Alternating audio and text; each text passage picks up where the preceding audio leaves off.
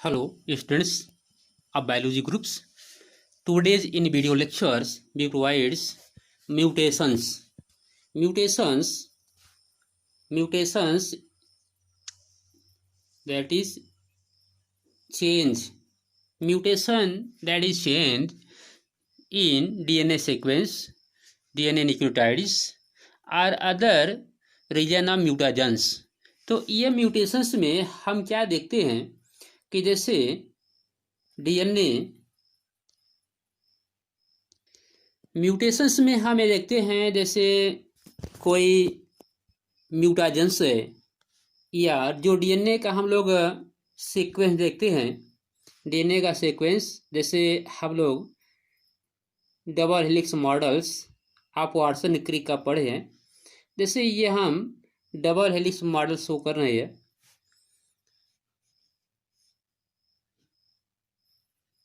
Double helix में colour यहाँ change करते हैं, कलर्स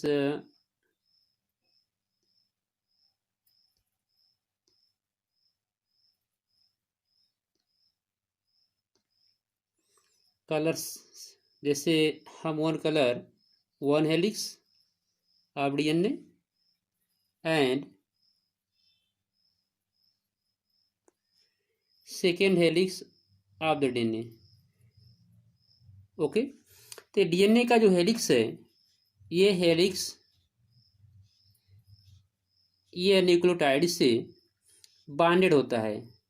न्यूक्लियोटाइड्स जिसमें हम लोग यहाँ दिखाते हैं double bonds, triple bonds, double bonds, triple bonds, तीसरा बॉन्ड दिखाते हैं। जो बॉन्ड आप देख रहे हैं इसमें क्या होता है, एडेनिन ये बॉन्ड बनाता है थायमिन से और साइटोसिन बॉन्ड बनाता है यह ग्वानिन से। तो इस तरह से डीएनए का ये सीक्वेंस होता है और डीएनए पर एक सीक्वेंस लगा हुआ ऐसा चला जाता है। अगर इसके सीक्वेंस में न्यूक्लियोटाइड में जो हम न्यूक्लियोटाइड्स आप लोग पढ़े भी होंगे और पढ़ेंगे भी आगे अपर क्लास में न्यूक्लियोटाइड। तो यह डीएनए का जो न्यूक्लियोटाइड है, न्यूक्लियोटाइड में दिखाते हैं नाइट्रोजन बेस दिखाते हैं, नाइट्रोजन बेस, और प्लस क्या होता है पेंटोस शुगर,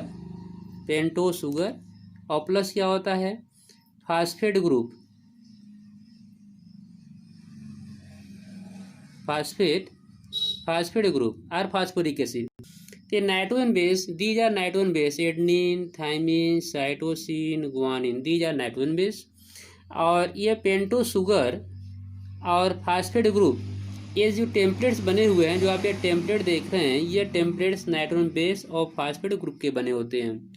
तो स्टूडेंट्स अगर इसके न्यूक्लियोटाइड में जो इसका सीक्वेंस है, जो सीक्वेंस लगा हुआ है एडेनिन का, थायमिन का, साइटोसिन, ग्वानिन का, तो इसी आर्टर में सीक्वेंस लगा हुआ चला जाता है। अब जानते हैं कि डीएनए का लेंथ तो मेजर किया नहीं गया है, डीएनए कितना बड़ा है, इसका लेंथ क्या है मेजर नहीं करते हैं, लेकिन आपको यह मालूम है कि डीएनए का जो है कि न्यूक्लियोटाइड्स होता है और डीएनए में वन हेलिक्स होते हैं। वन हेलिक्स का लेंथ आपको पता है 34 एंगस्ट्रॉम होता है, और वन हेलिक्स में नंबर ऑफ न्यूक्लियोटाइड्स जो है यह 10 पेयर होते हैं, या 10.4 पेयर या 10 पेयर जो वाटसन और क्रिक प्रपोज किए थे। तो न्यूक्लियोटाइड में वन हेलिक्स में नंबर ऑफ न्यूक्लियोटाइड 10 पेयर होते हैं।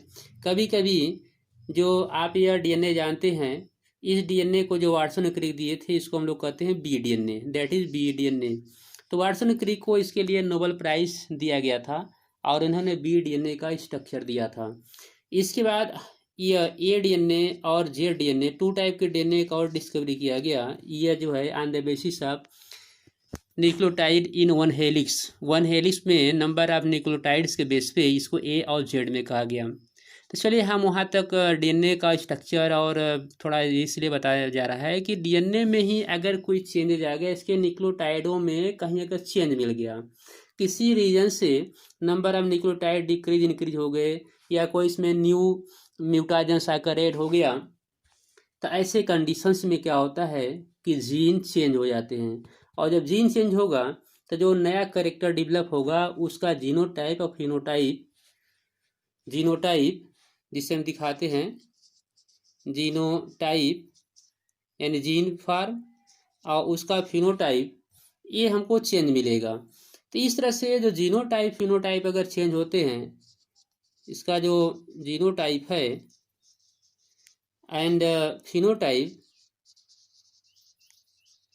अगर जीनोटाइप फिनोटाइप अगर ये चेंज मिलेंगे तो ऐसे कंडीशन में जो वेरिएशन आएगा, म्यूटेशंस आएगा और उस जीन में चेंजेस प्रॉपर्टी मिलेंगी।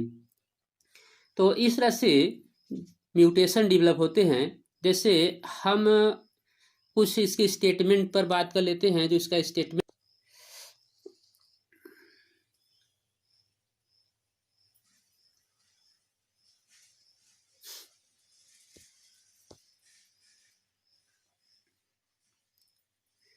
Alternation in chromosome result in abnormality or एब्रिएशंस।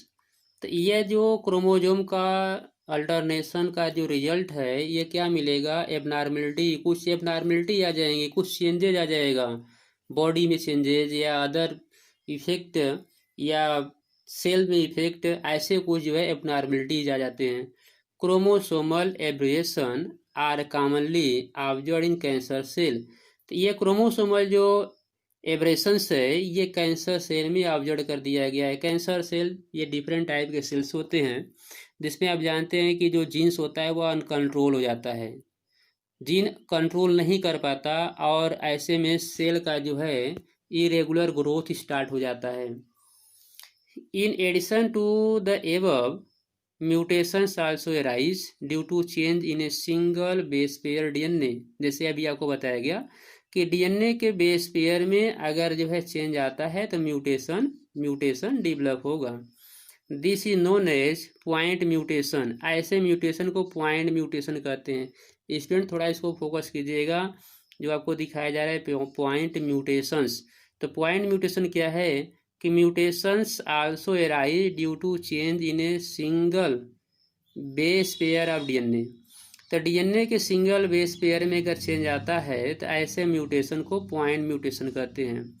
A classical example of such a mutation is sickle cell anaemia. इसका जो है क्लासिकल म्यूटेशन क्या है? सिकल सेल एनीमिया है। तो सिकल सेल एनीमिया, जो कि हम आपको थोड़ा यहाँ शो कर रहे हैं सिकल सेल एनीमिया है क्या। हाँ, तो स्टूडेंट्स जो सिकल सेल एनीमिया की हम बात कर रहे थे, तो यहाँ हम एक आपको फिगर दिखा रहे हैं। इस फिगर में आप देखिए, ये दैट इज नॉर्मल हीमोग्लोबिन्स है, जिसमें CTC, ये जो देख रहे हैं CTC, और इसका कॉम्प्लीमेंट GAG लगा हुआ है। और ये जो फिगर आप देख रहे हैं, ये फिगर्स, इस फिगर को हम जो हाईलाइट कर रहे हैं, that is sickle cell haemoglobins. इसके सिकल सेल हीमोग्लोबिन जीन्स हैं। अब ये सिकल सेल हो क्यों गया? क्या रीजन था इसके सिकल सेल आ गए? यह पॉइंट म्यूटेशन के थ्रू आया। पॉइंट म्यूटेशन में हुआ क्या चेंज इसमें आया? तो थोड़ा यहाँ देखिए आप, जो यहाँ आपको दिखाया जा रहा है, यह इस पॉइंट में क्या देख रहे हैं आप? जो आपका नॉर्मल हीमोग्लोबिन है उसमें क्या देख रहे हैं? ये अरेंजमेंट ऑफ पेप्टाइड बॉन्ड का जो अरेंजमेंट है।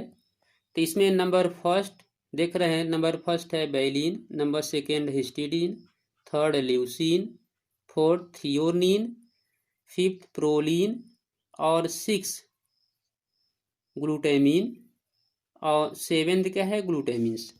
इसमें क्या देख रहे हैं? यह भी बैलिन है फर्स्ट पे, सेकेंड पे हिस्टिडीन है और थर्ड पे क्या देख रहे हैं? ल्यूसीन, दोनों में मिल रहा है। और फोर्थ पे क्या है? थियोनीन है, दोनों में है। और फिफ्थ पॉइंट पे क्या देख रहे हैं? प्रोलीन, जो कि नॉर्मल और सिकल से दोनों में है। हाँ, और नंबर 6 पे आ जाइए। जो नंबर 6 हम देख रहे हैं, थोड़ा उसको हम हाईलाइट कर दे रहे हैं डिफरेंट कलर, रेड कलर से, आई एम सॉरी, उसको हाईलाइट कर दे रहे हैं ब्लैक कलर से। तो इसमें क्या देख रहे हैं? ये नंबर 6 आप देखिए, नंबर 6 पे सिकल सेल में क्या है? बैलेंस है, और नंबर 6 क्या है? ग्लूटामीन है। तो ऐसे कंडीशन में जो आपका नॉर्मल हीमोग्लोबिन्स है, यह जो नॉर्मल हीमोग्लोबिन्स, इस नॉर्मल हीमोग्लोबिन का जो है अरेंजमेंट आप देख रहे हैं, और अगर ये ग्लूटामिन के प्लेस पर क्या हो जाता है, वैलिन्स, तब इसके पेप्टाइड बांड में चेंज आता है और इसके सिंगल जो बेस पेयर है इसमें चेंज आता है, और ऐसे चेंज को हम कहते हैं पॉइंट म्यूटेशंस। इसको पॉइंट म्यूटेशंस नाम दिया जाता है। तो इसमें जो देख रहे हैं ग्राफ में क्या शो किया जा रहा है कि red blood cells and the amino acid composition of the relevant portions of beta chain haemoglobin from a normal individuals from individuals with the sickle cell anaemia. यह जो डिफेक्ट काज हो रहा है, डिफेक्ट काज का देखिए मेन पॉइंट आप देखेंगे sickle cell anaemia के लिए कि the defect is caused by the substitution of glutamine, ठीक है, by substitution of glutamine acid bye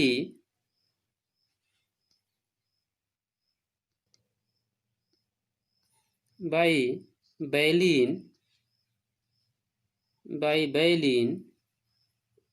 at the 6th position of the beta globin chain of the hemoglobin molecules। Okay, तो इस तरह से 6th position पे जो देख रहे हैं ग्लूटामिन के प्लेस पे वैलिन आ जा रहा है और यह जो है कि बीटा चेन पे, तो ऐसे म्यूटेशन को पॉइंट म्यूटेशन नाम दिया जाता है।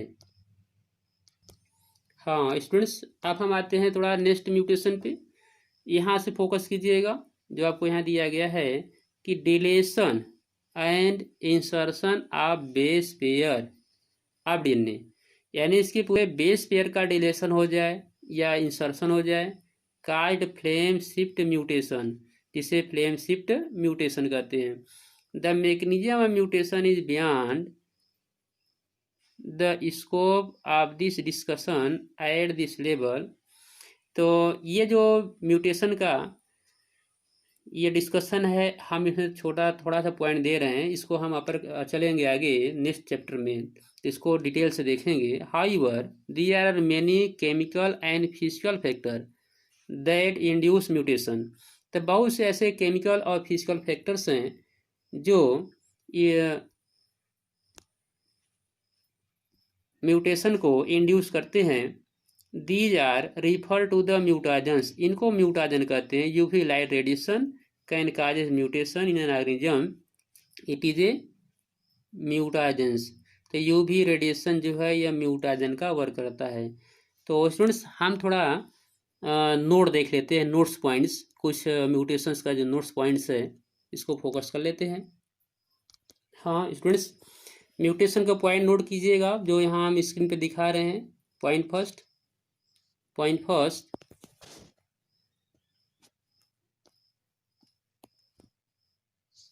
alternation of DNA sequence resulting in change in genotype and phenotype of organisms।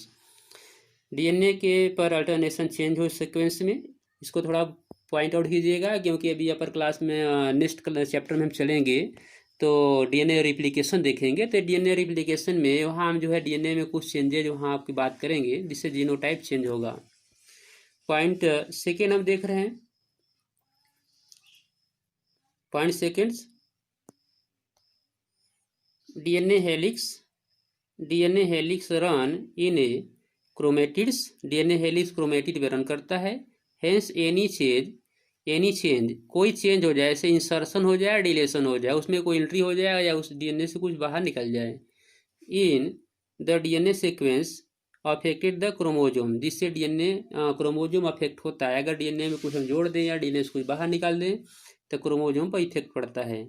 Next point mutations arising due to change in single base pair of DNA, जैसे अभी आपको हम दिखाएं सिकल सेल एनीमिया।